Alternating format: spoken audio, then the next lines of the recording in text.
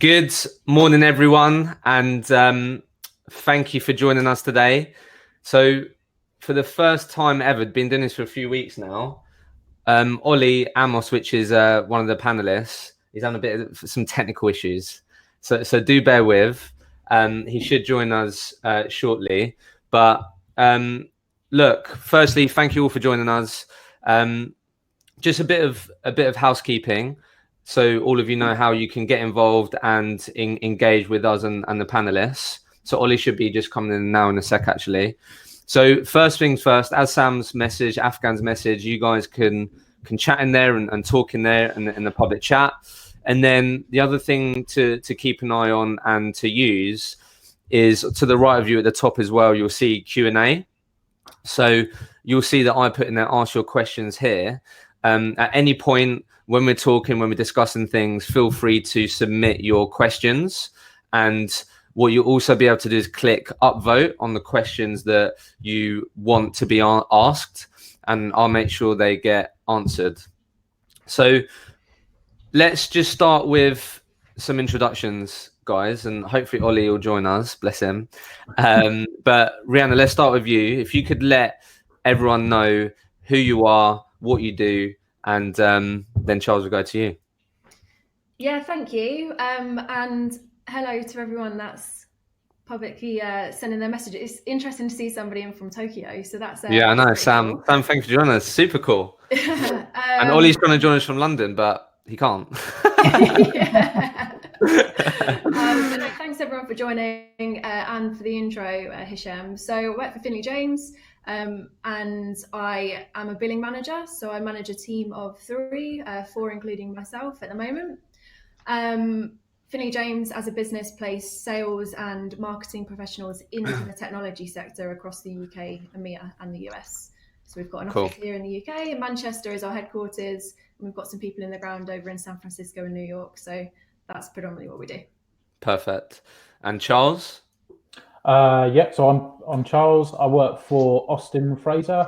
I've been in recruitment now for just under 7 years. So just according to my LinkedIn, it's 6 years and 8 months to be precise. Wow. So, and that has gone, like, as you can imagine, super quick. But so I started at the bottom from trainee, and then now up to the point where I'm a contracts manager for Austin Fraser. So my team is.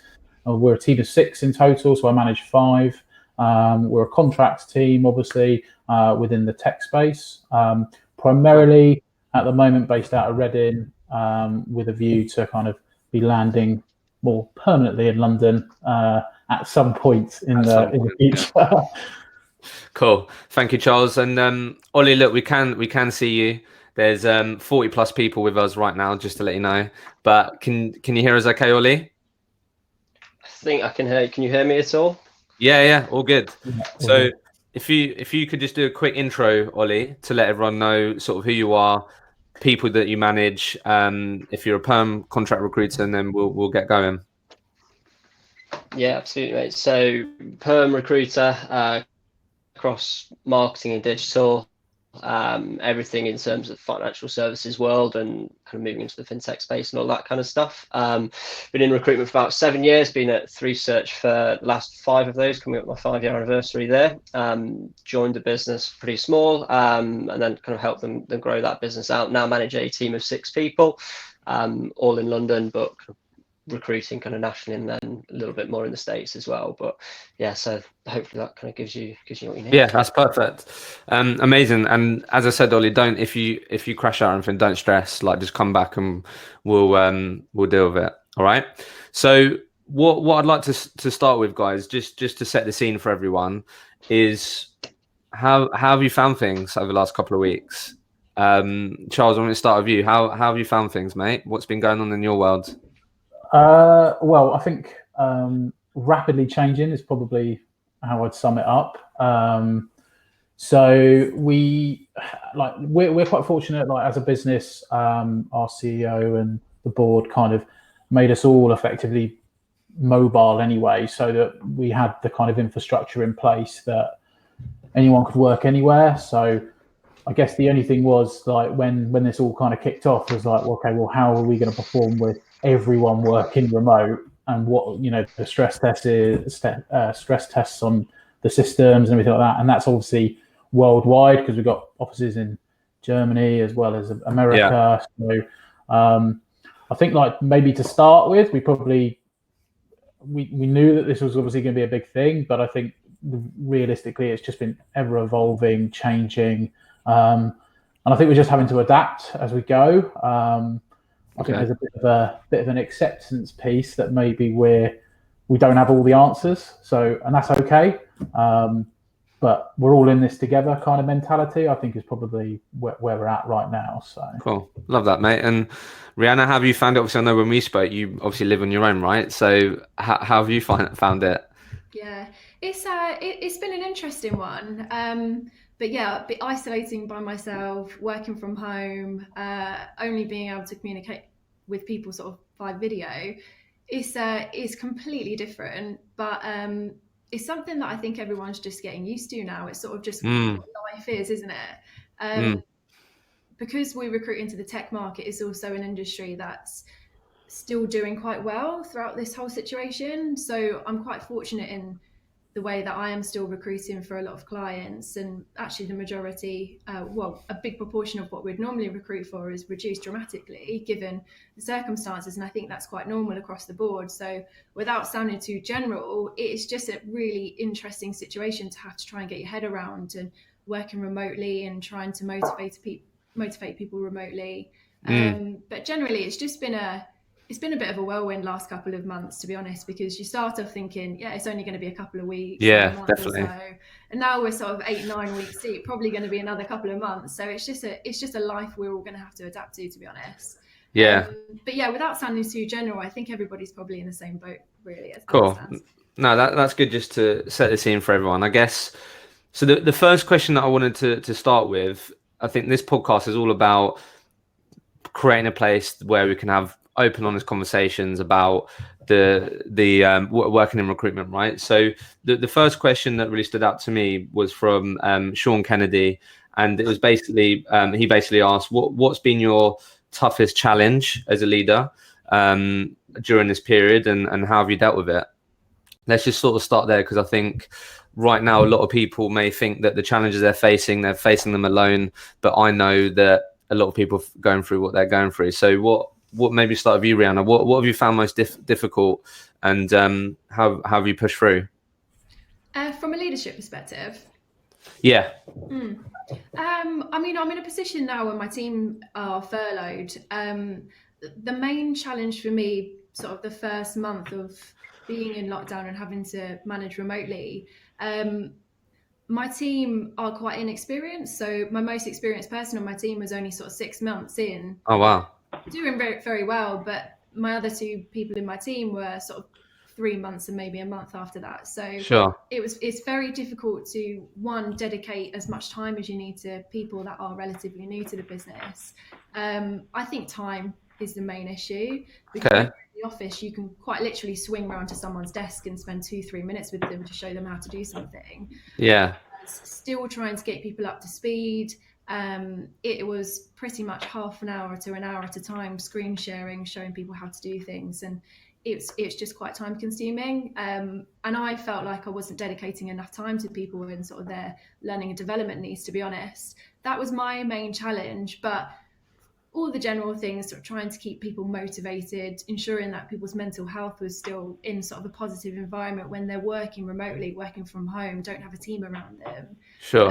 So yeah, to try and keep people motivated, and actually just to say everybody's in this together, and there's no sort of right or wrong answer at the moment, but we just need to see that you're doing as much as you can. So that's probably the main challenge. But like I said, I miss my team a lot. If any of you are here, I hope you are. I am quite fortunate, I suppose, in some ways, that I'm now just being an individual contributor, but very much looking forward to having the team. So I think just for everyone's context then, Rianna, so furloughed your team, as you said. So for what, the last 4 weeks, 3 weeks, you've just been focusing on billing and being an individual contributor, yeah? Okay. Yeah, exactly. Cool. Okay, great to know. And Charles, what about you? What's been the biggest challenge for you? Yeah, so I moved into a non-management billing role quite a while ago now, so about sort of nearly 2 years really. So for me, it's kind of first of all, like when this all happened, obviously we appreciate like no one really knows how long this is all going to go on for, things like that. So I guess the first thing I wanted to kind of do was maybe when we all went remote and we were all on lockdown was, okay, I really don't want to kind of completely throw away all the good stuff that makes us a good team because of this. Like I want to try and, obviously I appreciate there's going to be a bit of change and things like that, but fundamentally like keep as much of that as possible, keep the collaboration going, keep the support, keep the sharing of ideas. I guess like try as our hardest to kind of sort of keep the sort of one-to-one coaching going. And I think we were also like at the beginning of lockdown still interviewing for people, and we were still kind of in a position where we were like, yeah, we're still going to hire because if we find good people, we've always been like that. If we find good people, we'll make a space for them. So I guess so to start with, certainly for the first sort of 2-3 weeks was probably actually like, okay, are my guys okay? Kind of taking a little bit back from the job and more about the individual, because one of the challenges is that we're all individuals and we've all got very different lives out there behind our job. I'm quite fortunate that my team are experienced. I think my consultant has been with us probably about 1.5 years now, and then I've got seniors and principals in there. So it's more about them as individuals and making sure they're okay. And I've got one has got kids, one is in a flat on her own. Others have only just moved in with their partners, like after never living with them before, which that could be a bit of a testing situation. So I think like straight away, like people first. Are you guys okay? Like checking in, doing all that. Yeah, I think that's awesome.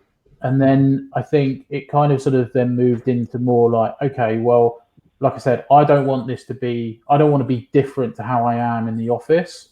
So I'm not micromanaging. I think Carl's mentioned it in there in terms of difference between, and like, I definitely want people to know I'm there for them. So it kind of turned into more of like, okay, strategic kind of slots throughout the week. Yeah, and that's what obviously, Rianna, you're talking about, right? Because you could just swing by their chair, but now it's like, actually, we've got to book in a Zoom call or something like that. So it's interesting that.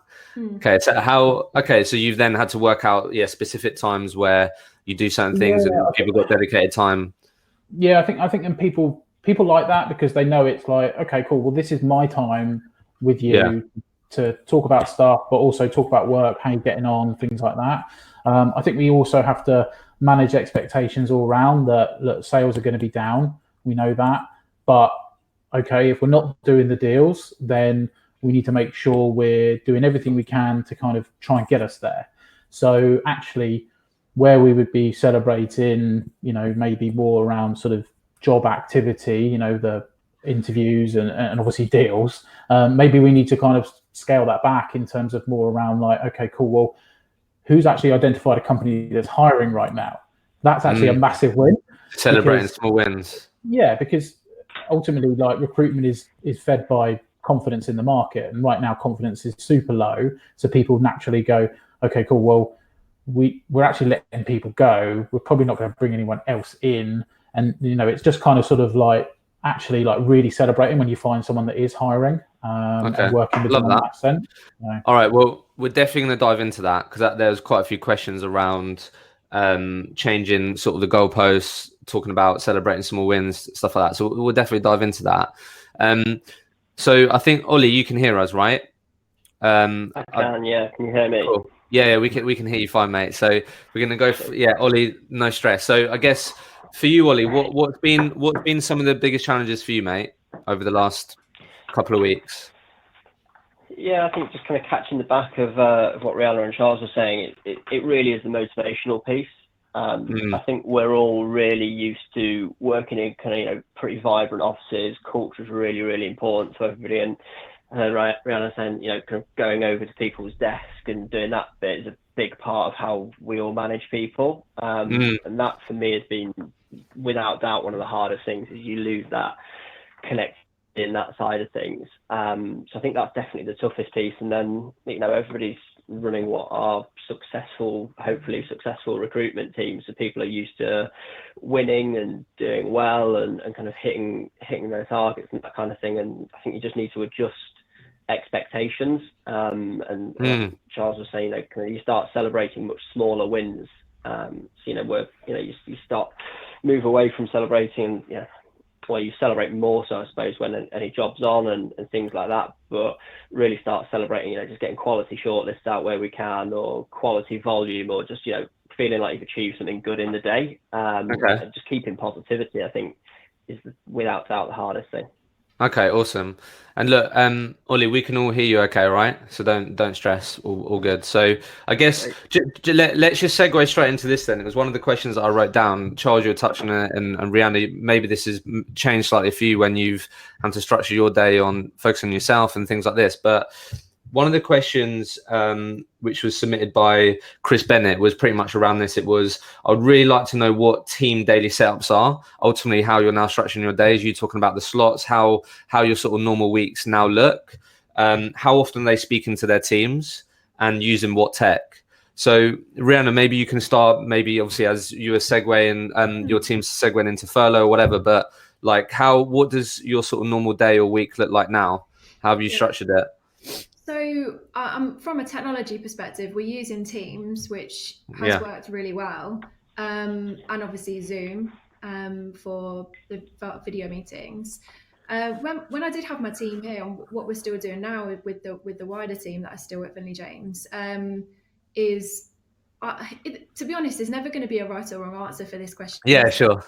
I think people just want to know how other people are structuring their day and stuff like that. No, I was doing individual calls into my team in the morning to understand plans, how they got on the previous day, what their plans are for the day, essentially. So before 9 o'clock, it was a call into each individual to ask if to make sure they've got out of bed as well. Yeah, exactly. Yeah. Well, then it was a 9 o'clock video meeting with the whole team. To talk about and share like ideas, what's working well, what's not working so well. So it was individual calls in the morning, followed straight after by a team video call, and then another team video call in the afternoon session. So we always have sort of 5-10 minutes as a team twice a day, so in the morning and the afternoon, and that seemed to work really well. And it was actually something that we all looked forward to as well. And we sort of played maybe some games in the video calls or whatever it may be to keep up a bit of positivity as well, and not just keep it always the same. I mean, in terms of communication and structuring my day, it was speak to each individual in the morning and then 2 video calls, 5-10 minutes every day. And then of course it was training sessions in between that if anybody needed any assistance or support. Okay, awesome. Thank you.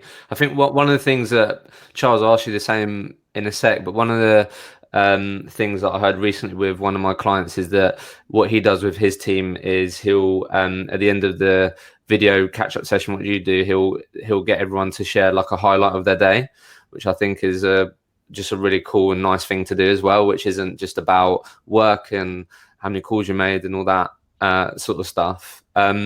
Charles, what have your sort of days, weeks been looking like, and how have you structured it in terms of communicating to your team and stuff like that? Yeah, so I think, like I said, I was keen to kind of make sure that, we didn't suddenly completely flip on our head like what's actually brought us success before. So, people talk about like KPIs, for instance, and I think like that's where, for instance, me as a manager can maybe sort of review, okay, cool, where's an area that maybe we need to kind of focus a bit more on as a team, and make it less about numbers and more about outcomes and wins off that. So, and that's kind of always been the mentality. I've never really kind of been a stickler for this number of sales calls, this number, things like that. I think it's actually more about, okay, cool, well, if you're working really hard and you're getting some really cool outcomes and you can quantify that and you can tell me about it, then I'm okay with that. I think obviously when you start working remotely, it's like, okay, cool, well, I can't see it, I can't feel it, I have to kind of sort of okay, well, how do I actually sort of monitor that, or kind of make sure if someone is just talking a good game and what it's kind of looking like. I think it's kind of actually kind of sort of making it a bit more competitive. So yeah, look, maybe it can be something around like who can get the most CVs out and things like that. Just actually more born out of a bit of a pride thing, because like I said, like fundamentally, if we're not going to be doing deals, then we need to kind of demonstrate that we're doing all we can to try and create those opportunities and things like that. And so I guess like being mindful of kind of, what kind of key activities we know that bring success that we're aware of and that we are keeping an eye on, so that people can help that sort of manage their day. We've never as a team like had as many catch-ups as probably we are now, so that's probably a bit different. However, so when do you do yours, Charles? And is it a similar sort of structure to Rianna? Yeah, so what we're doing now is like in the morning, every morning, it's an hour with all of us, and everyone brings to the table their biggest wins and real successes. Like maybe, like I said, it's a company that's hiring, or it's a target client we've identified, new managers we've connected with, things like that. And then it's, like I said, allotted kind of catch-ups with the guys one-to-one throughout the week, because I was conscious that I didn't want it to be like all the time. Like people need to get on with their job. Like how long are those catch-ups typically, Charles? So they're spaced out for up to an hour, but typically they're driven very much by the consultant. So if they only need 20 minutes, then that's cool. And obviously, because I've got some principals, some a consultant, a senior, they're all at different levels where, I might be a little bit more around nitty gritty with the consultant level, where we're sort of looking into the information a bit more and actually like there and then live offering guidance and things like that. Just looking at, we're going to identify opportunities. So let's make sure we're maximizing every opportunity right now we've got. And that's where I can really add value, I think, in that kind of situation, kind of stepping back a bit and helping. Cool. Like that. And then obviously last but not least, Ollie, you want to add anything to that? How have you been structuring, communicating to your team? Obviously you said sort of one of the biggest challenges for you has been motivating your team. So how many times are you speaking to your teams on a daily or weekly basis? Yeah, kind of reasonably similar in that we have kind of a 9 a.m. setup call every day. I'd say 50% of that is just a bit of a general chit chat and having a bit of a laugh. I think we're one of those teams that, we'll get to the office pretty early, sit and have a cup of tea, bit of breakfast, and have a chit chat. And I've always been quite keen to not lose that, and keep that kind of cultural piece going. And then we'll have a similar thing to a kind of towards the end of the day, talk about any successes, talk about any challenges, anything that we need help with, I suppose. And then again, it's just being constantly open to the consultants picking up the phone and giving me a call if they need me. So trying to avoid just over communicating that.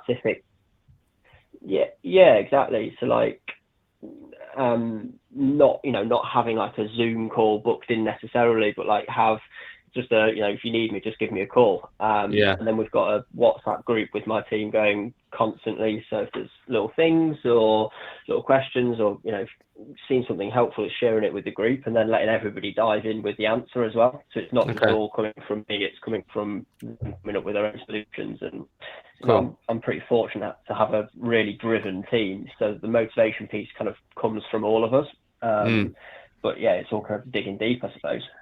Okay, cool. Well, hopefully that helps some of you guys in terms of thinking about how you're structuring and communicating to your team. So Charles, you've obviously touched on it quite a bit. I'd love to get Rianna and Ollie your thoughts. And it was a question that come up quite a lot. So I'll quote two people. Sorry if I pronounce this wrong.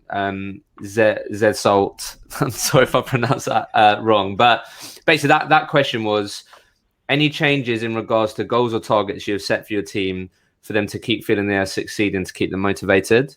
And if so, what are those? And then the question by Louise Gilmore was, given the current market, hiring has naturally slowed down, do you believe that consultants' daily target should double in order to achieve the same results we are used to, right?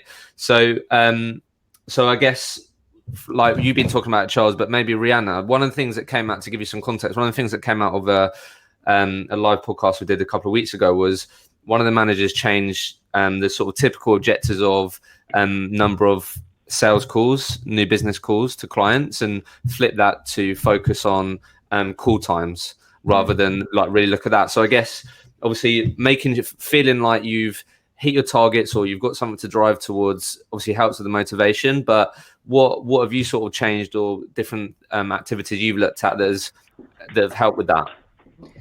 Yeah, I mean, I think what we did as a business is essentially we just monitored more on managing the controllables more than anything. So you can't really manage and you can't really assess in advance how many interviews you're going to arrange, for example, because you don't know what the market's going to be like, or whether clients are fully and totally committed at the moment and are prepared to interview, or whether they're just saying it. So what we sort of set as normal KPIs for the week is something that we can control. So whether it's a certain amount of messages that are going out to prospective candidates, or whether it's candidates that are registered, because they are some things that you can control really at this stage in this type of climate. Whereas, like I said, you can't really control the revenue that you're going to at the moment, or even a pipeline, because you don't know at what point a client's just going to say, actually, no, I can't do this remotely, and I'm not going to be committed to taking on this candidate, even to the point of interviewing them. So yeah, we changed our measurables based on something that can be controllable. So it was the outreaches. So how many people you're going to prospect or contact per week, and how many candidates are you going to commit to sort of interviewing and registering on our database per week. We felt like that was fair. Obviously, if the interviews follow, great, and if the revenue and the deals follow, then that's awesome. But I think based on the manageable control, the KPIs, that's what we did. No, absolutely.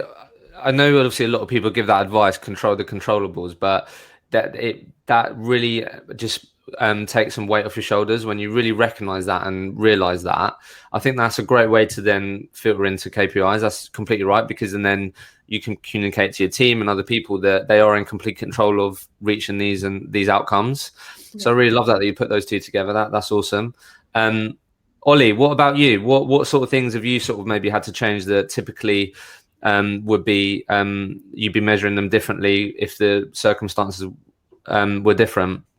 Anything to add to that? I think it's quite similar in that you want to measure on things that people can control. If you're looking at putting incentives in targets, and it needs to be something that consultants can actually go out and achieve. And I think the point around kind of doubling certain targets and stuff, I think it's the right thing to do in certain areas, but not in others. You haven't all of a sudden got a ton more time in your day, but we absolutely need to be chasing things harder, pushing harder and driving harder, but it needs to be in the right places.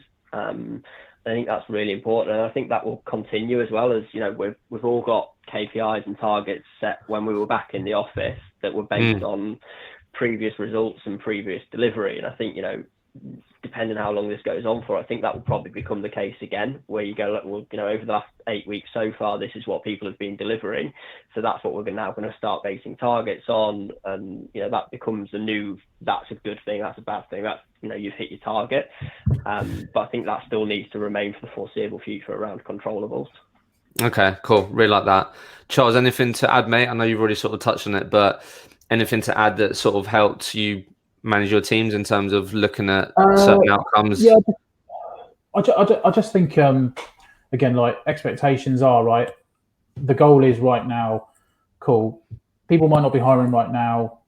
Clients that we know and love might not be hiring right now. However, like, use this time more than ever than we have done to build those relationships, because 9 times out of 10, that's where our business comes from. Actually, it doesn't come from cold calling and things like that. It does come from those relationships, and it's like, use this as an opportunity to build those relationships now, so that 6 months time, maybe, when this all is behind us, you can capitalize on that. Who you're calling, and they're actually going to know you now more than be like, who's this at the end of the phone. So how can you measure that though?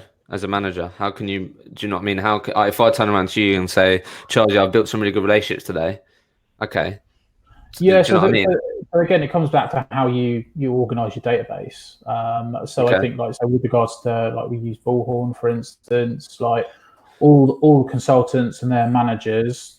Part of the expectation is that they're all organised in terms of where they sit on ultimately a hierarchy of potential sort of business development. So are we already posting with them? Are they people that maybe we've had jobs with but not placed with, to ultimately target clients that we're saying, right, okay, cool, these are the people in the next 3 to 6 months that we're going after. We know who they are. We know the decision makers. And again, like during your catch-ups, you can quite quickly kind of look at that as something. All right, okay. So look at the information people. Yeah, okay, cool. Absolutely. Yeah. And it's like, sometimes it's like, we get such good information, but then it's lost and we forget where we put it and things like that. And it's like, this is such a good way of like being like, okay, cool, right, where's your go-to list of people that, back then told you that now is going to be their time. So I think, like, if you come out of the end of this, maybe you haven't done as many deals as you would have done, but you've got a real slick database of like clients that know you, and when they're going to hire, then that's a massive win, and that's a huge pipeline. So okay, all right, cool, interesting. I guess just as we're on this, before we move on, ask you the next question. Yeah, Maris has just put. So yeah, are you targeting yourself, maybe, or your team on the billings deals wise right now, or is it just strictly the things you can control? Like, do you, I don't know, do you have monetary targets in place right now? Either any of you guys? Yeah, I'll take that one. We still have those targets in place.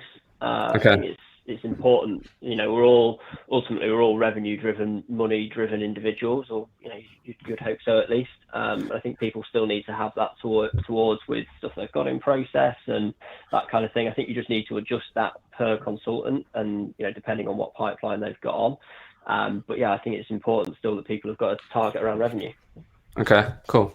Anything to add, Rianna or Charles, or is it, obviously, do you still have a monetary target in place for your guys? Yeah, so we still have revenue targets as normal. Cool. Nothing too much to add to that, to be honest. KPIs have slightly shifted, but revenue targets still remain the same. Still there. Cool. All right. So just on this topic, obviously, recruiters, the industry are renowned for the incentives, right? And these things typically involve, obviously, a lot of drinking normally, but lunch clubs, going to eat in nice places, holidays. So quite a few questions that come through. One from Angarad, sorry if I pronounced that wrong again, but basically the question was, how are you incentivizing your teams remotely, replacing things like lunch clubs, etc.? So how have you found that, and what are you guys doing on that front? Charles, maybe you could take that one first. Like, how are you incentivizing your team? So, I mean, to be transparent around sort of where we're at, when obviously tough decisions had to be made within the business, we had to look at realistic expectations for what sales are going to be like. We're probably looking to kind of, potentially that might be 50% of where it should be. And our CEO kind of quite quickly said, right, okay, fundamentally the biggest thing for us is people first and looking after as many people as we can. So obviously that meant there was some furloughing, there was also some sort of salary sacrifice, things like that. People are still going to be earning commission, and I think from our point of view, things like incentives, obviously travel, everything like that is basically like, well, that's straight away, that's where we're going to save people's jobs and things like that. So we have to kind of go into this kind of sort of realm. I think from my point of view, I mean, there was talk around, we tried sort of maybe like incentivizing people with like Deliveroos and things like that. Nice. That's not a bad idea. But to be honest, like, I mean, I'm really fortunate, and I think we are, like, the people that are with the business now, we're all in it for the long haul. We get it. Like, this is we don't necessarily need incentivizing beyond the fact that, look, we get commission if we do deals still. There are some companies out there that aren't even paying their people commission. So, I think, when it comes to how we manage our people, someone's raised the point there about how do you deal with someone with kids and things like that. It's like we're flexible with people. We're offering people so much like that, you know, we want to help them through this as well and be with us at the end of this. But that's almost an incentive in itself. And maybe that sounds cheesy, but No, I know think, what you mean. like, there's people in seriously like tougher positions than maybe even we are. So I just kind of feel like with my guys, it's like, cool, we're the chosen ones to get us through this. So we're all kind of, you know, a bit of a band of brothers mentality, maybe something like that. So no, I love that. I mean, yeah, delivery is definitely isn't the worst idea, but I get what you mean. It's perspective. It's look, guys, this is the journey that we were on, and yeah, I mean, hopefully, I'm sure the lunch club when we come back, it gets normality, will be an absolute cracking one. The first one when we get back. So I guess anything to add to that, Rianna? Have you? Yeah, I don't know if there's been some cool incentives for across Finley James that might be quite cool to share, or what have you guys been doing? Yeah, I mean, just on the back of what Charles was saying, to be honest, as it stands at the moment, there's a limited amount that we can do. And the fact that people still have their jobs and they're still earning commission, we're still in a market where we are able to build sort of revenue and get deals. We're just fortunate. I think not necessarily from an incentive perspective, but we're still having like virtual quizzes with the wider team, like on a Friday I haven't got bored of those yet. They are good fun. Yeah, they are good. But yeah, like everybody has like a drink and has a virtual quiz, so we all get to catch up with everyone. So it's not necessarily an incentive, but it's definitely something that keeps people like entertained and a bit motivated, and definitely from a social perspective. We've also started doing like virtual yoga classes, which is just not something that I would have ever done before, but it's really enjoyable. So we're getting everybody involved in those types of things, and I'm sure lunch clubs and stuff like that, they haven't even been mentioned because I don't think people are even thinking about them.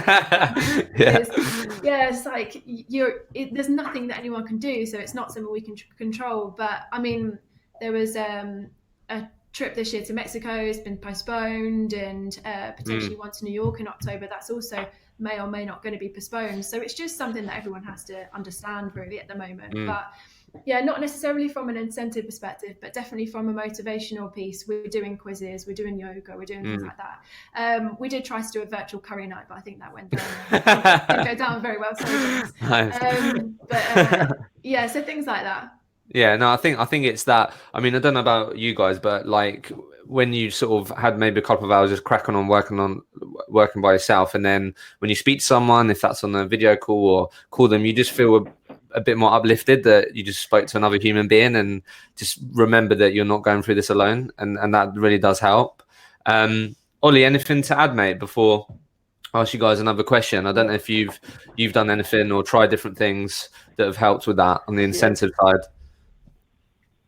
Pretty similar, really. I think the last 8 weeks for us has just been ultimately trading as hard as we possibly can, and we've not really had to incentivize people to do that. I think they get kind of where the business at and where the market's at, and where we're in a good place. And if we want to keep doing that, you know, we're probably going to have to cut back on some of the bigger expenses in the short term. I think we're now at that point as a management group where we've started to look at, you know, a plan for the rest of the year as to how we bring incentives back, and you know, they're obviously going to have to be different to going to the pub for the afternoon and stuff like that, but it's important that we have that there and we're still rewarding success. It just changes what that reward is and probably what that success is to get there as well. But yeah, it's certainly something that's on all of our minds to start bringing that back in. Okay, so look, Ollie, let me give you this question to start with. So, question I thought it was a really interesting one. It's a question from Frank Young, which was, have you made a main change to either work or non-work related that has really helped you adapt to the current situation? So that could obviously be anything, but I don't know if you've changed anything in your sort of weekly routine or daily routine that has really helped you either sort of personally or just sort of professionally. Yeah, I think my routine's changed a huge amount without having to do a pretty big commute every day. So I've got a lot more time in my day. I've tried to keep a bit of a routine there, but I'd say probably the biggest thing I've tried to do is and this is off the back of noticing that I was just far more productive in the morning than I was in the afternoon. So I've just tried to structure my day quite differently to make sure that I'm doing, maybe the more monotonous things or the more difficult things in the morning. And then I've got all my calls and things like that booked in the afternoon for when I ultimately know I probably will be flagging a little bit and I need a little bit of a pick me up. So, I'll try and do as many calls as I can in the afternoon because that's what gives me a bit of energy and gets me going a little bit. So Yeah, nice. That's probably kind of the biggest change that I've made, I'd have thought. But I've tried to keep everything as similar as I can, keep that routine, to be honest. Yeah, no, that's really interesting. Rianna, what about you? Have you changed anything that has helped you during this tip period out of interest? Yeah, I think the same as Ollie, to be honest. I have a commute also into London from Hertfordshire, so I've had a lot more time in the mornings and the evenings to be able to concentrate on work. But I suppose it's a difficult one at the moment because it's actually very hard to switch off. Whereas when you're in the office, it's very easy to sort of get in, set up, start on time, and then leave the office by sort of 5:45, 6:30, whatever it is. And by the time you've sort of shut off your computer and you commuted home, you are sort of out of work, really. Yeah. You may or may not check your emails throughout the evening, but at the moment, it's so easy to find yourself. My routine's changed because it's so easy to find myself still on my laptop at 9 o'clock in the evening, still doing work. So I think that's also a challenge because it's something that a lot of people will be struggling with at the moment. Is you do still have to give yourself that time in the evening to just shut off. Don't feel like you have to work extra hard at the moment. You should just be, I suppose, working extra smart. But it's really difficult not to. Sometimes. Definitely. Look, we spoke about this, didn't we? I've definitely found that really difficult. Have you done anything to try and combat that? Then have you sort of started to put your phone away at a certain time, or? No, not really. To be honest, I've started to do more things like outside of work. So I'm cooking from scratch more, and I'm going jogging and stuff like that. I wouldn't have done those types of things before. Okay. So I'm actually just enjoying the ride. Those are the things that I'm doing, I suppose, in my personal life to be able to help me motivate myself a little bit more and to be able to just separate work from social as opposed to, because like I said, I live by myself and I'm always in my flat, so it's there's not that division, whereas when you're going from the office to home, there's that distinct totally division. Totally But that's awesome. But okay. no, I haven't really changed much to my day, to be honest. I structure my day the same, I speak to the same clients, I identify the same candidates, but of course it's just a little bit more challenging due to the climate. Cool. Charles, last but not least, what have you made any changes that have helped you? Like what's been going on in your world? Yeah, so obviously from a work perspective, so obviously as I mentioned, I was a non-billing effectively manager, but so I was due to have a new starter in July, which was a part of our graduate program. That starter's was going to be put back, I think, to September. So I kind of took the decision that after probably about a month with the guys and working the way we have been, there comes a point where it's like, okay, I feel like the guys have got this. And my time, like I said, I'm not interviewing anyone anymore. Like the way I work with my boss is that he's like scaled down massively, like he's catch up. So I was like, actually, I've got more time now, which I can maybe invest back to hopefully bring in some revenue as well. So I've essentially sorry? Got back on the phones. Yeah, had to dust it off, get the old 3210 out. So I've started sort of looking at the market that she's going to be coming into when she starts. Okay, cool. So essentially, the way I'm looking at it is the sooner I can kind of get that in a really good state for her, maybe in a position where it's yielding some results. Maybe we could bring her start date forward, for instance, and things like that. So there's a bit of an incentive there, but definitely, I think the switch off is a big thing. I like to always think that I'm always on call, sort of thing, but like you have to make time for yourself, like whether it's the exercise or just binging on Netflix, just to kind of just give your brain a bit of a bit of distraction, sort of thing. It's really, really important for everyone's well-being. So definitely, I think it's I mean, I'm particularly obviously in recruitment and the sort of high standards we go of ourselves. It's easy to be hard on yourself, right? And I think, and that's what I've done. And I'm really quite hard on myself. And sometimes you've got to give yourself a bit of a break. Does that mean you can watch Tiger King all day? Not sure, but do you know what I mean? You need to, yeah, don't be too hard on yourself, definitely. So look, guys, what I'd love to sort of get your points on is, look, you've all been in recruitment for a good amount of time. Rianna, you said it. Ollie, you said it. You normally obviously have a commute. Like what does, I think obviously going into this period, there was way more talks and conversations on flexibility in recruitment, 4-day weeks. And obviously, Rianna, you guys have tried different things in the past to look at this. Maybe you had things in place already, Charles, in terms of flexible working, but quite a few questions come through just on what does sort of flexible working in recruitment look like when we start coming back out of this? Maybe Rianna, you could start, because I think that's going to be a really interesting thing that evolves. I start coming back out of this. So I guess obviously maybe no one knows, but it'd be good, just people just want to hear people's thoughts. What do you think sort of flexible working might look like in recruitment as we sort of start coming back out of this? Yeah, I mean, we're quite fortunate. John and Sarah have always supported a working from home policy anyway, so we have always had that flexibility.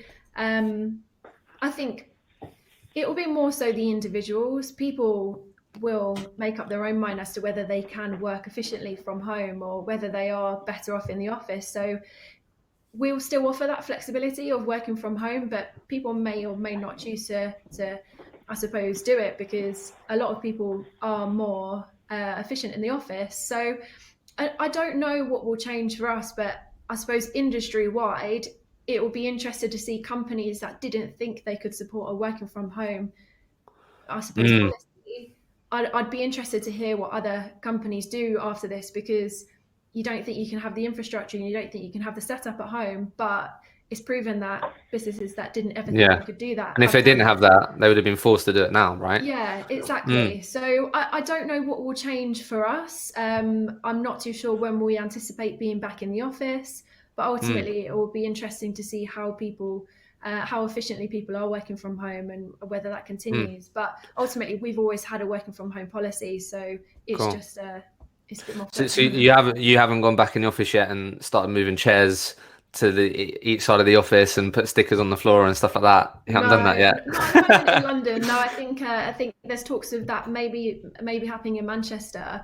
Okay. London, not at the moment because of commuting and the tubes and stuff. So it may be a little bit longer than we anticipate. But I did have an anxiety moment the other day, thinking that I may have left like an apple or banana in my desk in the office in London, and I'm just something like mouldy going on. But yes, but I don't know when. I don't know what the situation is going to be. It's a really difficult one to assess. But we've always worked from home anyway, so.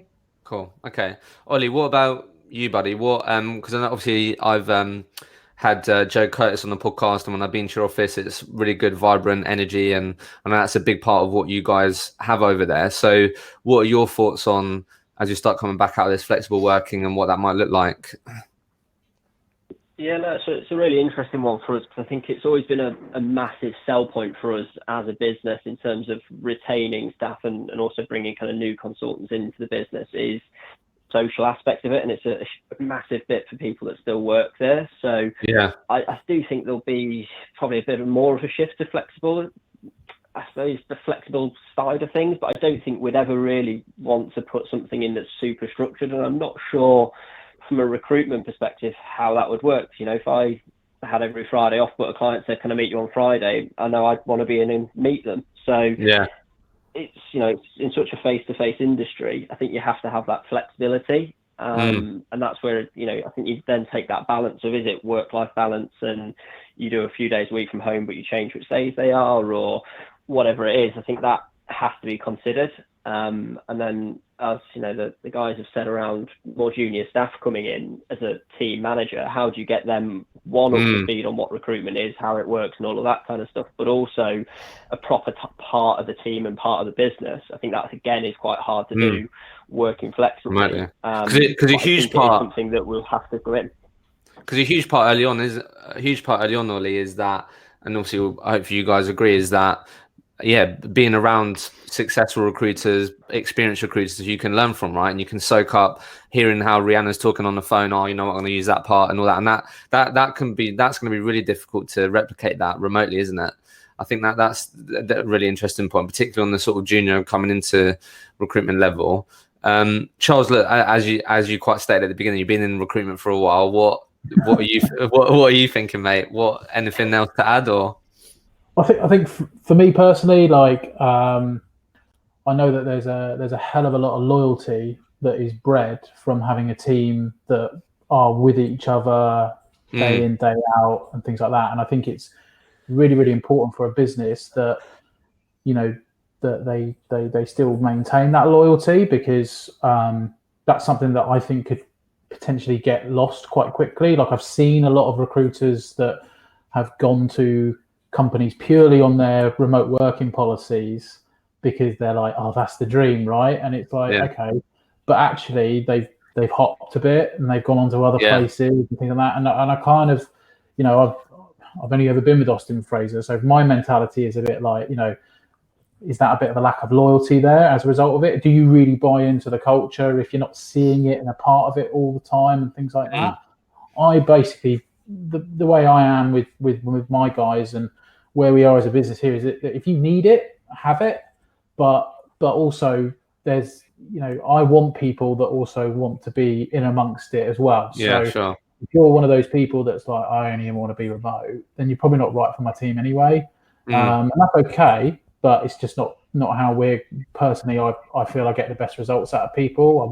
I want people to be brought in. I want people to see what they're all a part of, and but I definitely want people, you know, who have different lives outside of recruitment to still be able to have that right work-life balance. Sure. Work when they want to work and take time when they need it. And ultimately, as long as the results start coming in and, you know, we're not seeing like major issues from a development piece, then there's definitely something that we can do for that. That's not a problem. Okay, cool. All right, mate. So look, final question, guys, unless some other people submit any questions. If you want, sort of, you really want a question answered, submit in the Q&A and we'll make sure we get it answered. But just, I think a really good question to finish on. So Charles, I'll come to you first. So there's a question by Joe Bungie, and what he asked was, when you look back at the lockdown in 6 months' time, what will you be most proud of having achieved and most regretful of having let fall to the wayside? Okay. Okay, so think about what my hindsight will be in the future, which is, yes, I wish we all had that, right?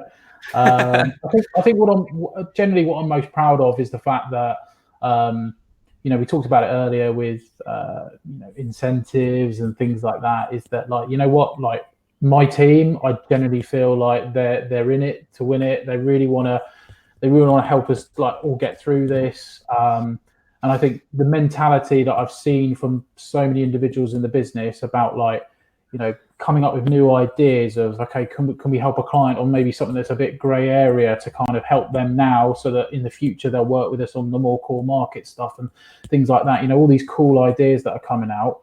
I think that's probably been one of the best things I've seen. cool. You really know who's up for it, sort of thing now.